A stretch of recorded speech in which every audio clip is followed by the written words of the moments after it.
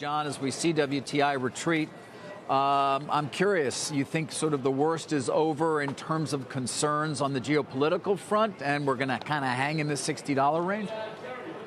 Yeah, good morning, David. I think the market's telling you that now.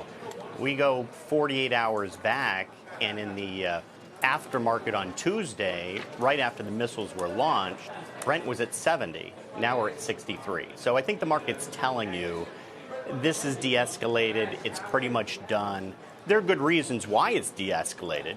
We know in the U.S., President Trump is in an election year, and he doesn't want to see higher gas prices or oil prices. But yeah, at this point, I believe it's de-escalated. And what about the supply-demand picture at this point? Is it consistent with the forecast that would say we hang around here as well? Well, you still have a geopolitical premium. So I tell you, if there was no geopolitical issues hanging out there, you'd probably be at $50 oil. We are well oversupplied. Most viewers don't even know that the U.S. today is producing almost 20 million barrels of petroleum a day. That's 20% of the market. If we go back 15 years ago, we were about 10% of the market. So the market's well oversupplied at this point, and your other two major players in Russia and Saudi Arabia, they're both itching to increase supply if they could. And this whole Iran thing was great cover for them to increase supply. So right now, supply demands that equilibrium. If there were no issues geopolitically, we'd probably be talking $50 oil. John, I realize that there's a lot of talk about the U.S. and energy independence, the fact that we're the top producer in the world right now when it comes to crude, et cetera. But is there ever going to be a time or scenario in which the U.S. is not dependent on the Middle East for at least some imports? Yeah, well, technically, we're independent now.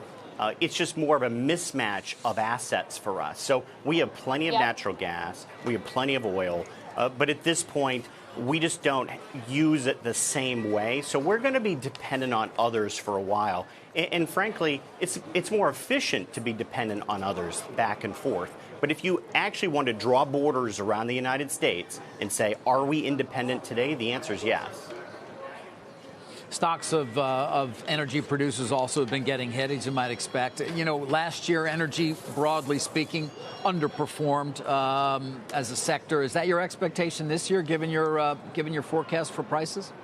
Yeah, and it largely has been for the last 6-7 years. And there's a very particular reason for that.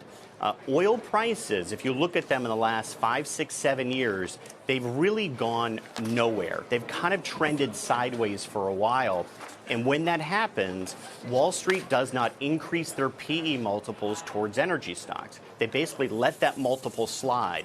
So when oil prices get stuck in ranges like where we are now, this whole 50 to 60, 50 to 60, what you see is multiple compression on your PE from energy stocks. And if you're in the market at all, you're better off just buying something else. Buy a healthcare name, buy a tech name. Energy stocks generally, when oil prices get stuck in a range, they just don't go anywhere and they don't get any love.